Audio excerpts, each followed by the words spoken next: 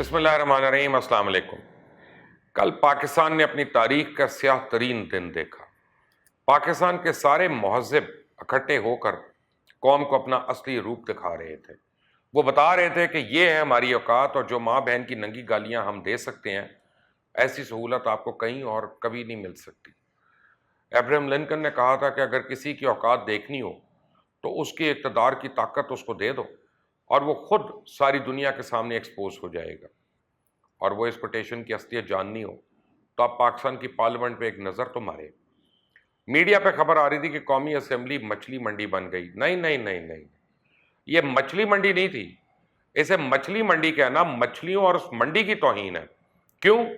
کیونکہ مچھلیاں ایک دوسرے کو ماں بہن کی گالیاں نہیں دیتی، وہ ایک دوسرے پہ وہ کتابیں نہیں پھینکتی جو ان کو پڑھنے کے لیے دی گئیں، اور وہ جس کے پہلے صفحے پہ بسم اللہ جو ہے یہ اس کی صورت میں اللہ کا نام لکھا ہو، وہ اس کو نہیں پھینکتی، اس کتاب کو بے حرمتی کرتی۔ مچھلی منڈی تو دور کی بات ہے، میں آپ کو گارنٹی دیتا ہوں کہ اس تاریخ ساز واقعے کو اگر آپ دہرانا چاہیں تو دنیا کے سارے جاہل بھی ایک کمرے میں اکٹھے بند کر دیں تو یہ ماحول بنانے میں آپ ناکام رہیں گے۔ یہ ماحول ہمارے عظیم لیڈران صرف قومی اور صوبائی اسمبلیوں میں ہی بنا سکتے ہیں۔ ہمیں بتایا جاتا ہے کہ ماں باپ کو اپنے بچوں کے سامنے نہیں لڑنا چاہیے، کیونکہ اس سے بچوں کی تربیت پہ غلط اثر پڑتا ہے۔ اور یہ جو پوری قوم کے باپ بنے بیٹھے ہیں، یہ کیا درس دے رہے ہیں اس قوم کو؟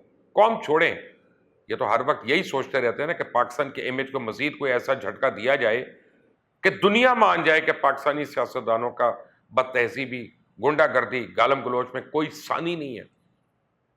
انہوں نے تو ویسے پاکستان کو کوئی دینا نہیں، لیکن یہ چاہتے ہیں کہ پاکستان کو اس فیلڈ میں دنیا میں ایک ایسا اعلیٰ مقام دلوایا جائے جس کا ریکارڈ دنیا کی کوئی قوم نہ توڑ سکے، اور پاکستان میں سیاست اور سیاستدانوں کو اتنا بدنام کر دیں کہ لوگ سیاست کو گالی اور سیاستدانوں کو اپنے لیے بد دعا سمجھیں۔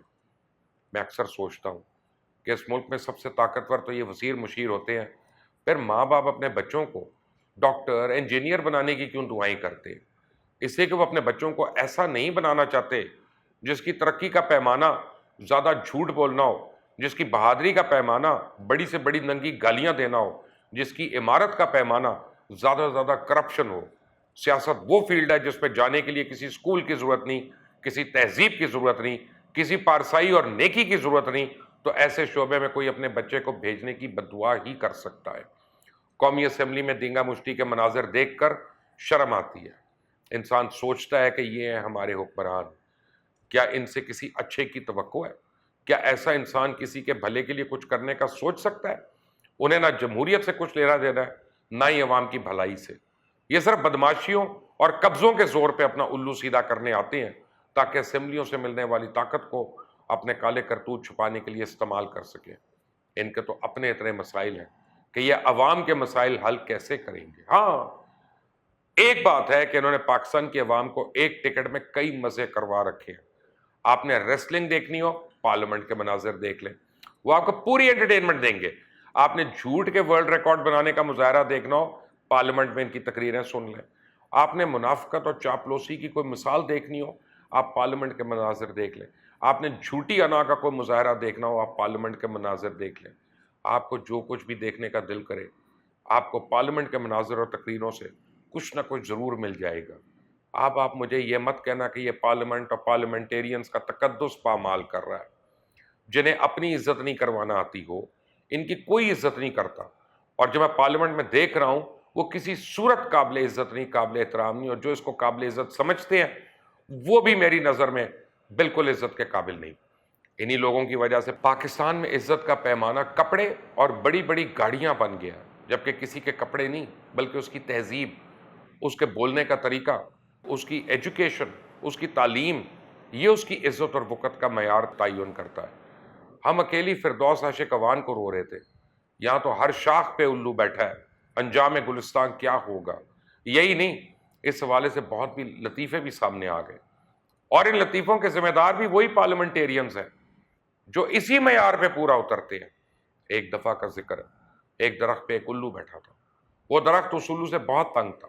ایک دن اس درخت کو کاٹ دیا گیا اور درخت بڑا خوش ہوا، لیکن اس درخت کو کیا پتا تھا کہ اس کے نصیب میں خوشی نہیں۔ اس درخت کی لکڑی کی پارلیمنٹ کی کرسیاں بنا دی گئی، اس سے زیادہ مجھے کچھ کہنے کی ضرورت نہیں ہے، آپ خود سمجھتے ہیں۔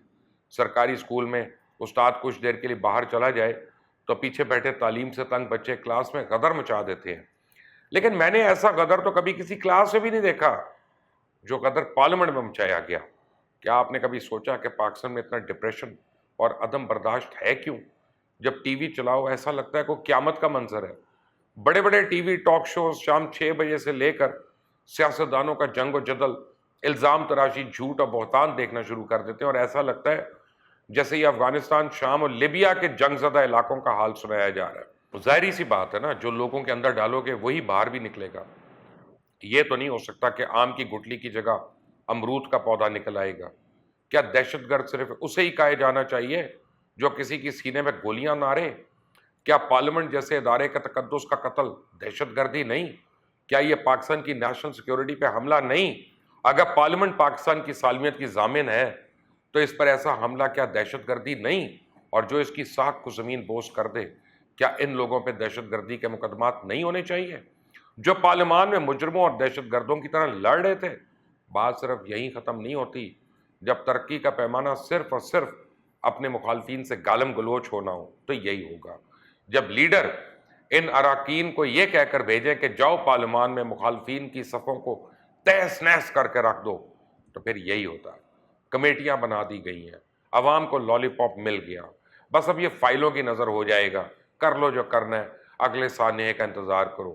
کیمرے کی فوٹیج دیکھ کر یہ جاننا کتنا مشکل ہے کہ سب سے پہلے یہ ٹیکس کے جو چھپی ہوئی کتابیں تھیں ان کو پھینکنے کا کام کس نے شروع کیا؟ یہ جو بجٹ کی کتابیں تھیں کس نے سب سے پہلی چنگاری لگائی؟ اور یہ معاملات یہاں تک کیسے پہنچے؟ لیکن اس وقت کرنا ہوتا ہے جب آپ اس کو مسئلے کو سمجھیں اور اس کو حل کرنا چاہیں۔ یہ تو ایک کھیل تماشا تھا جو عوام نے دیکھا اور ان کو دکھایا گیا، اب اگلی قسط کی تیاریاں شروع ہو چکی ہیں۔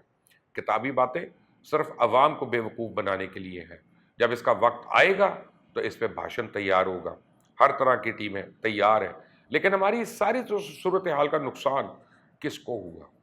جمہوریت کا۔ یہ لوگ عوام کو بڑی محنت سے یقین دلوا رہے ہیں کہ جمہوریت اس ملک اور ان لوگوں کے لیے نہیں بنی، ان کا علاج ڈنڈے کے علاوہ کیا ہوگا؟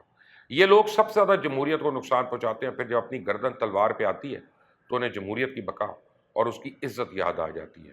آج میں آپ کو بتاؤں کہ کل یہ کیوں ہوا، یہ کوئی نہیں جان رہا، میں آپ کو بتاتا ہوں۔ یہ بجٹ پاس ہونا انتہائی مشکل ہے حکومت کے لیے، اور حکومت کے اور اس کے اراکین کی کوشش یہ تھی کہ کسی طرح اپوزیشن احتجاجاً واک آؤٹ کر کے ایوان سے باہر نکل جائے تاکہ جتنی تعداد رہ جاتی ہے وہ اکثریت کے ساتھ اس بجٹ کو منظور کرا لے، ورنہ پورا حکومت کا دھڑام تختہ۔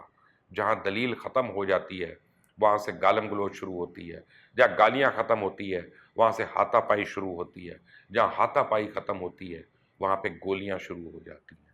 ہم نے اپنے ینگسٹرز کو کل بتا دیا کہ یہ جو ایوان ہے یہ عزت کے قابل نہیں ہے، کیونکہ وہاں پہ رہنے والے خود اپنی اور ایک دوسرے کی عزت نہیں کر سکتے، تو ہم ان کی کس طرح سے عزت کریں؟ کوئی اور پروفیشن اپنے لیے ڈھونڈو۔ اس چینل کو سبسکرائب کریں، بیل آئیکن کو پریس کریں۔ اللہ حافظ۔